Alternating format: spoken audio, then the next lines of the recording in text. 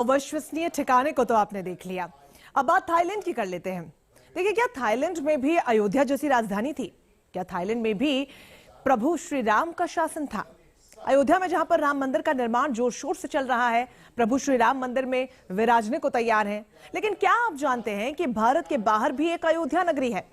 अयोध्या जैसी वो नगरी कहां है और क्या है इसका प्रभु श्री राम से कनेक्शन? आइए अब आपको इस रिपोर्ट में दिखाते हैं।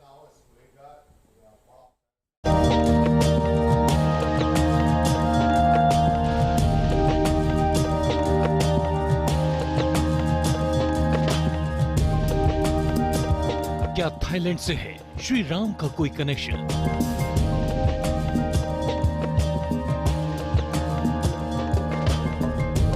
क्या थाईलैंड में भी है प्रभु श्री राम की जन्मस्थली?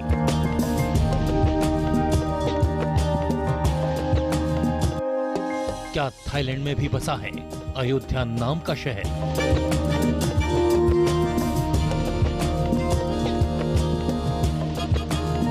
क्या थाईलैंड में भी है सरयू नदी?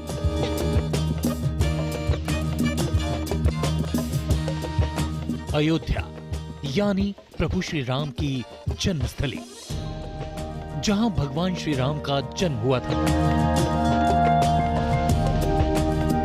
ये शहर सरयू नदी के तट पर बसा है। हिंदू धर्म में भगवान राम की नगरी अयोध्या का बड़ा महत्व है।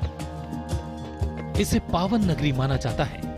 पौराणिक मान्यताओं के मुताबिक रावण का वध करने के बाद प्रभु श्री राम ने अयोध्या के सिंहासन की शोभा बढ़ाई। अयोध्या भारत में है,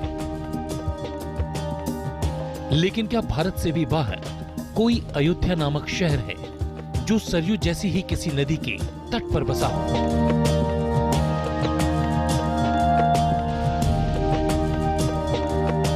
क्या ये शहर थाईलैंड में है और क्या इसका कोई नाता भगवान श्री राम के साथ है? तो चलिए हम बताते हैं आपको।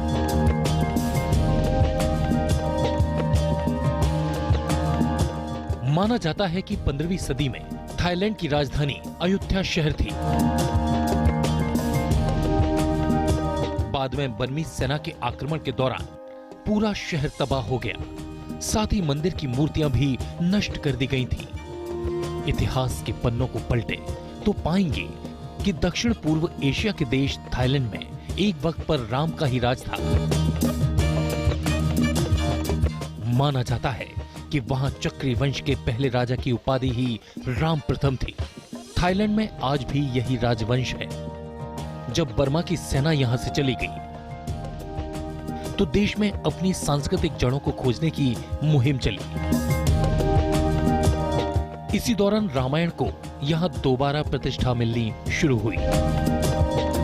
रामायण का जो संस्करण आज यहां प्रचलित है, वो राम प्रथम के संरक्षण में रामलीला के रूप में 1797 से 1807 के बीच विकसित हुआ था। राम प्रथम ने इसके कुछ अंशों को दोबारा लिखा भी है। महाकाव्य रामकेन में ये बातें कही गई हैं जो स्थानीय भाषा में रामायण का ही नाम है। थाईलैंड में राजा सहित तकरीबन पूरी आबादी रामकेन के संस्करण को राष्ट्रीय ग्रंथ की तरह मानती है। थाईलैंड में लोकतंत्र की स्थापना 1932 में हुई थी। इसके बाद 1976 में थाईलैंड की सरकार ने इस शहर के पुनर्निर्माण पर ध्यान दिया। यहाँ के जंगलों को साफ कर शहर में मौजूद अवशेषों की मरम्मत कराई गई। शहर के बीचों बीच एक प्राचीन पार्क मौजूद है। इसमें बिना शिखर वाले खंबे, दीवारें, सीढ़ियां और बुद्ध की सिरकती प्रतिमा मौजूद है। इस पार्क में एक बुद्ध का सैंडस्टोन का बना सिर पीपल के वृक्ष की जड़ों में जकड़ा हुआ है। ये पेड़ अयोध्या में वट महाथाट यानी 14वीं शताब्दी के प्राचीन साम्राज्य के स्मृति चिन्हों वाले मंदिरों के अवशेषों में मौजूद है। भारत में राम जन्मभूमि निर्माण न्यास ट्रस्ट ने साल 2018 में थाईलैंड में एक भव्य राम मंदिर का निर्माण कराने की घोषणा की।